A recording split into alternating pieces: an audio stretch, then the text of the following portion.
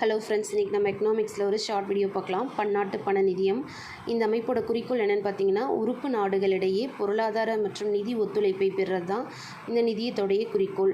இந்த நிதியம் எதற்காக உருவாக்கப்பட்டிருக்கோம், அதாவது ஆரம்பிக்கப்பட்டிருக்கோம் அப்படின்னா, உறுப்பு நாடுகளுக்கு குறுகிய கால அயல்நாட்டு செலாவணி சமமின்மையை சமாளிக்க உதவுறதுக்காக தான் இந்த நிதியம் ஆரம்பிக்கப்பட்டிருக்கோம். இந்த நிதியம் பார்த்திங்கன்னா யார் பரிந்துரை செஞ்சுருப்பானா, 2018 கூடிய பிரெட்டன் உட்ஸ் மாநாடு அப்படிங்கிற அமைப்பு தான் இது பரிந்துரை செஞ்சுருப்பாங்க.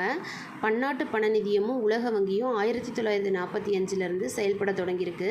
பன்னாட்டு வாணிக நிறுவனத்திற்கு பதிலாக தற்காலிக தீர்வாக வாணிகம் மற்றும் தீர்வைகளுக்கான பொது ஒப்பந்தம் அப்படிங்கிற general agreement on tariff and trade அப்படிங்கிற அமைப்பு உருவாகியிருக்கு. இந்த அமைப்பு பார்த்திங்கன்னா WTO, அதாவது உலக வர்த்தக அமைப்பாக 1995 மாற்றப்பட்டு நிரந்தர நிறுவனமாகியிருக்காங்க. பன்னாட்டு பண நிதியம் அதோடைய தலைமையிடம் பார்த்திங்கன்னா வாஷிங்டன் DC. எப்போ ஸ்டார்ட் பண்ணியிருப்பாங்கன்னா 1945. உலக வங்கி பார்த்திங்கன்னா அதோடைய தலைமையிடம் வாஷிங்டன் DC, அது 1945. உலக வர்த்தக அமைப்புடைய தலைமையிடம் ஜெனீவா, இது 1995.